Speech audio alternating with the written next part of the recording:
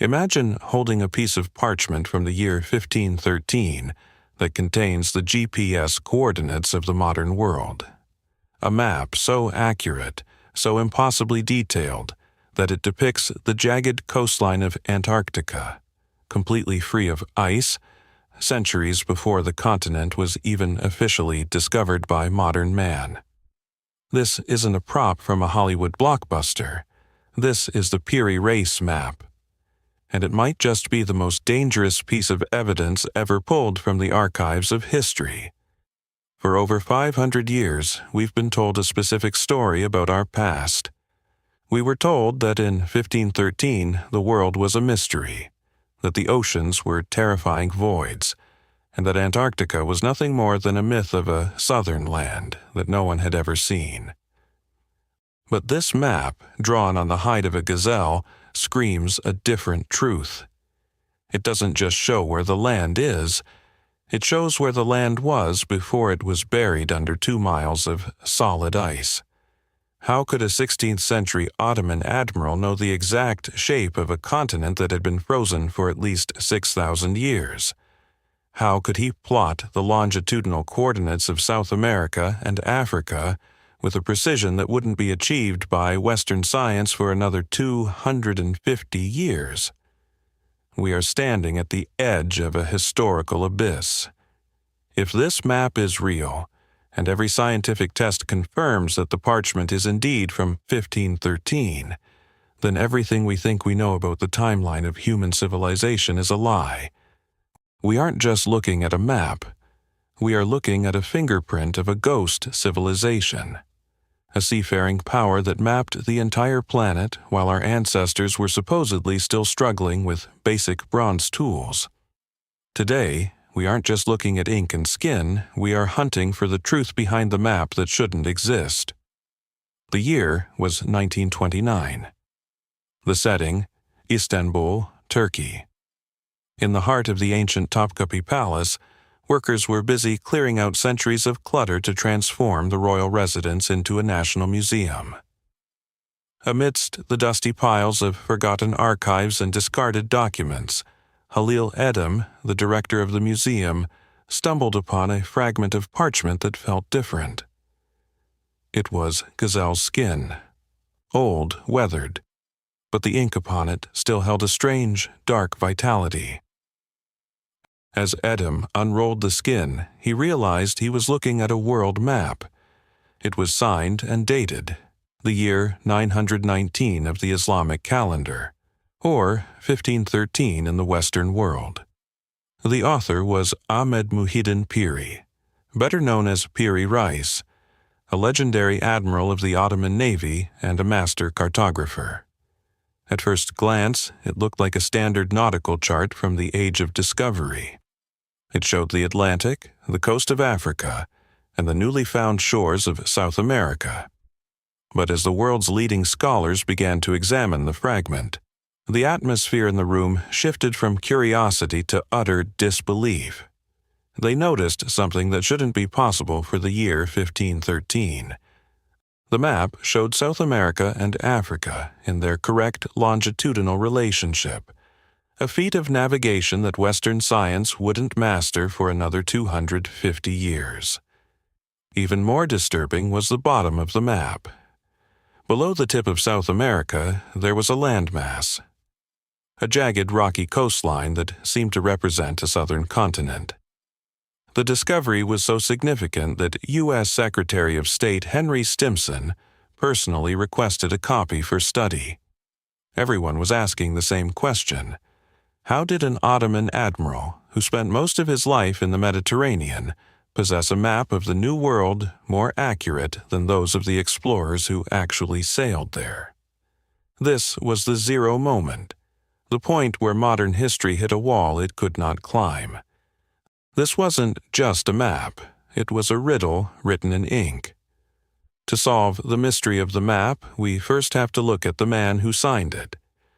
Piri Reis wasn't just a high-ranking officer in the Ottoman Navy, he was a polymath. A man of immense intellect who spoke multiple languages and possessed a passion for the forbidden knowledge of the seas. But here's the catch. Piri Reis never claimed to have sailed to the Americas or the Antarctic himself. In fact, he was remarkably honest about how he created his masterpiece. In the margins of the parchment, written in delicate Ottoman Turkish, Piri Reis explains his methodology. He tells us that he didn't draw this from his own travels. Instead, he acted as a 16th-century data scientist. He was a master compiler. He gathered 20 different source maps to create this one definitive image of the world. Among these were 8 maps from the time of Alexander the Great, 4 Portuguese charts that were kept under lock and key, and most intriguingly, a map drawn by Christopher Columbus himself, a map that has since been lost to history. Think about that for a second. Piri Reis was looking at documents that even in 1513 were considered ancient. He was synthesizing information from libraries that no longer exist. But this leads us into a dark historical corner. If Piri Reis was using maps from the era of Alexander the Great, roughly 300 BC, where did those mapmakers get their information? The Greeks of that era were brilliant, but they didn't have the technology to map the Americas with longitudinal precision, and they certainly weren't sailing to Antarctica. This is our first major open loop. Piri Reis was a genius, yes, but he was a genius who was looking at the homework of a much older, much more advanced predecessor. He was holding a torch passed down through the millennia, lit by a civilization that history has forgotten to record. We have to ask, who were the original architects of this geography? And what else did they know? Now, we arrive at the heart of the anomaly, the specific piece of evidence that makes the hair on the back of a historian's neck stand up. At the very bottom of the map, there is a coastline that mirrors the Queen Maud land of Antarctica, with what experts call terrifying accuracy. Here is the fundamental problem. Antarctica wasn't officially sighted until 1820. That is a 300-year gap between the map and the discovery. But wait, it gets much deeper. In 1960, a professor named Charles Hapgood sent the Piri Reis map to the United States Air Force 8th Reconnaissance Technical Squadron for a forensic evaluation. He asked a simple question: does this coastline match the actual landmass of Antarctica? The response he received was a seismic shock to the academic world. Lieutenant Colonel Harold Ohlmeyer wrote back, confirming that the geographical detail shown in the lower part of the map agreed very remarkably with the results of the seismic profiles made across the ice cap by the Swedish-British Antarctic expedition of 1949. Think about the implications of that letter. The Air Force was stating that the Piri Reis map correctly depicts the subglacial topography of Queen Maud Land. It shows the coastline underneath the ice.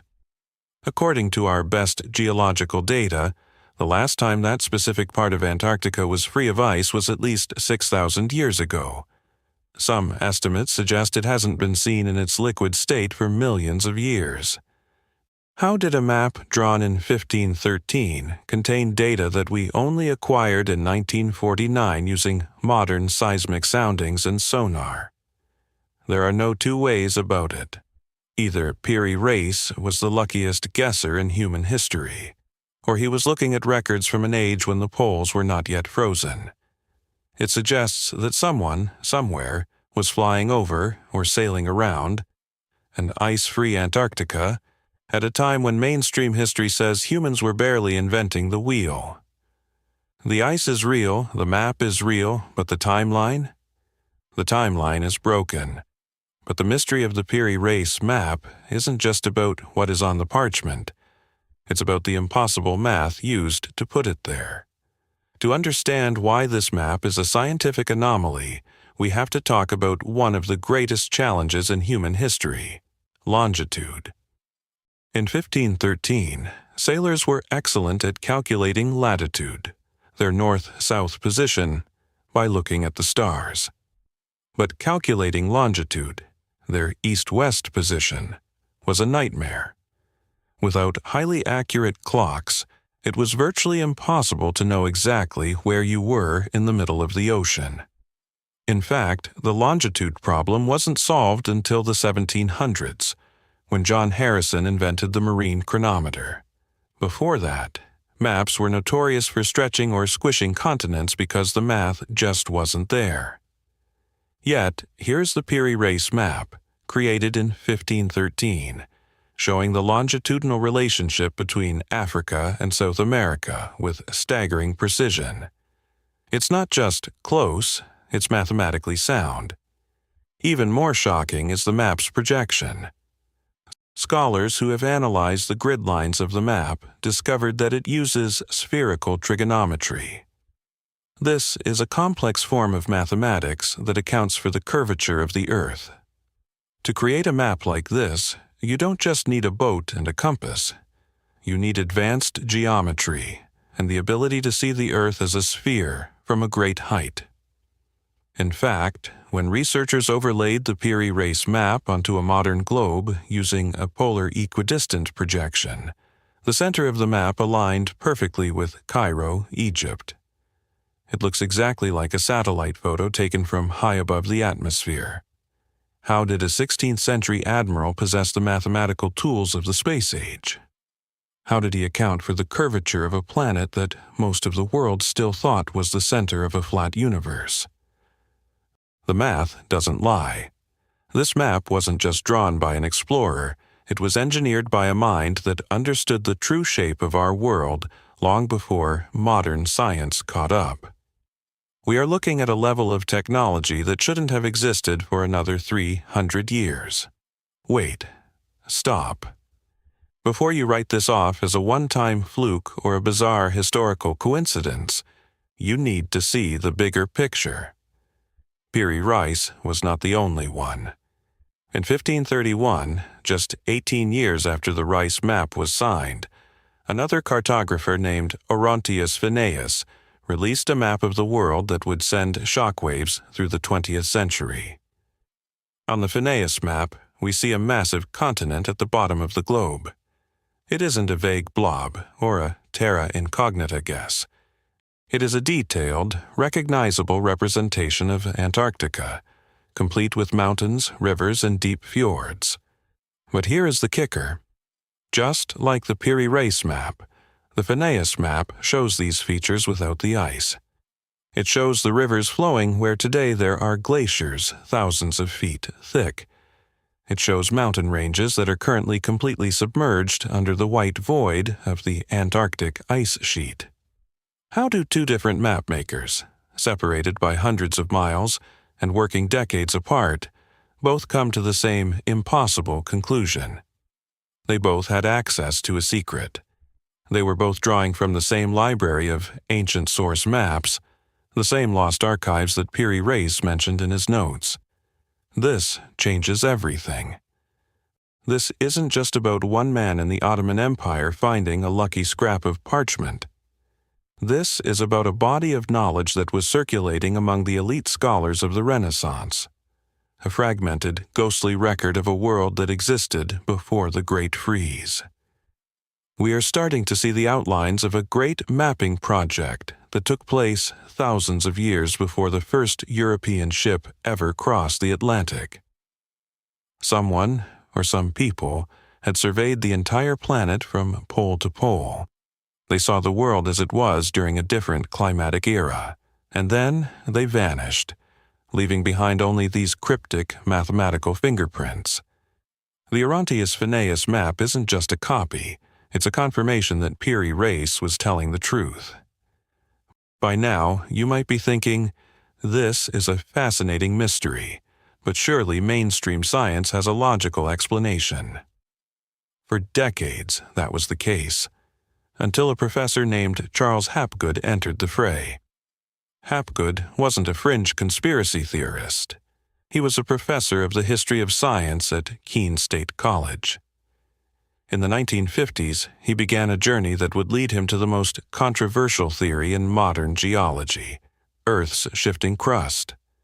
Hapgood proposed that the entire outer shell of the Earth, the lithosphere, could slide over the soft inner layers, much like the skin of an orange sliding over the fruit inside. This crustal displacement could move entire continents thousands of miles in a relatively short geological time frame. According to Hapgood, Antarctica wasn't always at the South Pole. It shifted there. And before that shift, it was a temperate land, located much further north, capable of supporting forests, rivers, and, most importantly, human life. But here is the detail that the history books often leave out. Hapgood's theory was so compelling that it caught the attention of the greatest mind of the 20th century, Albert Einstein. Einstein didn't just read Hapgood's work. He was so impressed that he wrote the foreword to Hapgood's book. Einstein wrote, and I quote, "His idea is original, of great simplicity, and, if it continues to prove itself, of great importance to everything that is related to the history of the Earth's surface." Think about the weight of that endorsement. Einstein, the man who redefined our understanding of time and space, believed that the physical history of our planet might be far more dynamic and violent than we were being told. If the crust shifted, it explains the Piri Reis map perfectly. It means that a few thousand years ago, Antarctica was in a position where it could be mapped by an advanced seafaring civilization. Then, in a geological heartbeat, the world tilted, the continent froze, and the mapmakers were wiped from the face of the Earth, leaving only their charts behind as a final, desperate message to the future. To be absolutely fair, and to maintain the integrity of our investigation, we have to pick up the skeptic's hammer. Mainstream historians and modern cartographers haven't stayed silent during this debate. They offer a much more grounded, though perhaps less romantic, explanation for the Piri Reis mystery. The most common counter-argument is that the Antarctica we see on the map is actually just the lower coastline of South America, which the artist simply ran out of room for. At the time, parchment was expensive and limited. Skeptics argue that Piri Reis, or the mapmakers he copied from, simply bent the coastline of Brazil and Uruguay to the east to fit the dimensions of the gazelle's skin. If you look closely at the map with a cynical eye, you can see where the geography starts to warp. Furthermore, the idea of a great southern land, or Terra Australis Incognita, was a popular myth long before Antarctica was actually found. Ancient Greeks believed the world had to be balanced, meaning if there was a large landmass in the north, there must be one in the south.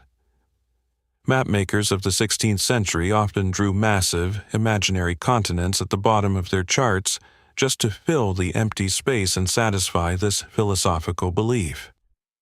As for the ice-free Queen Maud land, skeptics point out that if you look at enough blurry lines on an old map, the human brain will eventually find a pattern that matches something modern, a phenomenon called pareidolia. They suggest that any resemblance to the subglacial topography is a monumental coincidence, nothing more. Even Charles Hapgood's collaboration with Einstein is often dismissed by modern geologists. We now know about plate tectonics, a theory that wasn't fully accepted when Hapgood was writing. Modern science tells us that continents move by inches over millions of years, not by thousands of miles in a few centuries. But here is where the skeptic's hammer hits a diamond-hard surface it cannot break. Even if we accept that the landmass was a guess, and even if we ignore the Antarctica connection entirely, we are still left with the impossible math. How do you accidentally calculate the exact longitude of the Atlantic Ocean in 1513? How do you coincidentally use spherical trigonometry? Mainstream science can explain away the lines, but it still hasn't explained the logic. The map remains a ghost in the machine of history. If we step away from the heated debates of academia and simply look at the evidence laid out on the table, a chilling realization begins to take shape.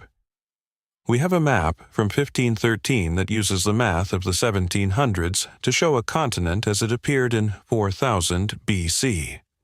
No matter how many coincidences the skeptics claim, the logic remains. To map the world, you have to travel the world. To calculate longitude, you need technology. To see the subglacial mountains of Antarctica, you need to be there before the ice, or possess instruments we thought were invented only yesterday. All roads lead to a single staggering conclusion. There was a ghost civilization. Before the rise of the Egyptians, before the first stones of Stonehenge were laid, and long before the Greeks began to ponder the stars, there was a global maritime superpower. This wasn't a civilization of magic or aliens, but of master navigators and brilliant mathematicians. They were a people who looked at the Earth not as a series of isolated islands, but as a single connected sphere. They sailed the Atlantic, the Pacific, and the Southern Oceans, mapping every coastline with a precision that suggests a level of global organization we have completely forgotten. But where are they? Why are there no ruins, no steel, no skyscrapers left behind? The answer might be hidden in the very maps they left us. If the Earth's crust shifted, as Hapgood and Einstein feared, then the cradle of this civilization, their cities, their libraries, their history, didn't just fall. It was buried. It is currently sitting under 2 miles of Antarctic ice, or submerged beneath the rising sea levels at the end of the last ice age. The Piri Reis map isn't just a navigational tool, it's a survivor. It is a fragmented copy of a copy, a ghost of a world that existed before the Great Catastrophe. We are the survivors of a collective amnesia, holding a piece of paper that proves our ancestors were far greater than we ever dared to imagine. The question is no longer, is the map real? The question is, what else did they leave behind, and are we finally ready to find it? So, what is the final verdict on the map that shouldn't exist? Is it a clever distortion of South American coastlines, or is it a genuine relic from a lost epoch of human greatness? Perhaps the truth lies somewhere in the middle. Even if we strip away the theories of crustal displacement and ancient aliens, the Piri Reis map remains a monument to human curiosity and the endurance of knowledge. It proves that our ancestors were not the primitive, isolated tribes we often imagine. They were connected, they were observant, and they were far more capable of mastering the mathematics of the Earth than we have ever given them credit for. As our technology advances, the future of history looks more exciting than ever. Every year, as satellite imaging becomes more precise, and as the ice in Antarctica continues to reveal what has been hidden for millennia, we are finding new anomalies. From the submerged pyramids of Yonaguni to the megalithic structures of Göbekli Tepe, the standard model of history is being challenged every single day. The Piri Reis map was just the first cracks in the wall. But this investigation doesn't end here. It continues with you. History isn't just a collection of dates in a textbook. It's a living, breathing mystery that we are all a part of. We want to know your thoughts.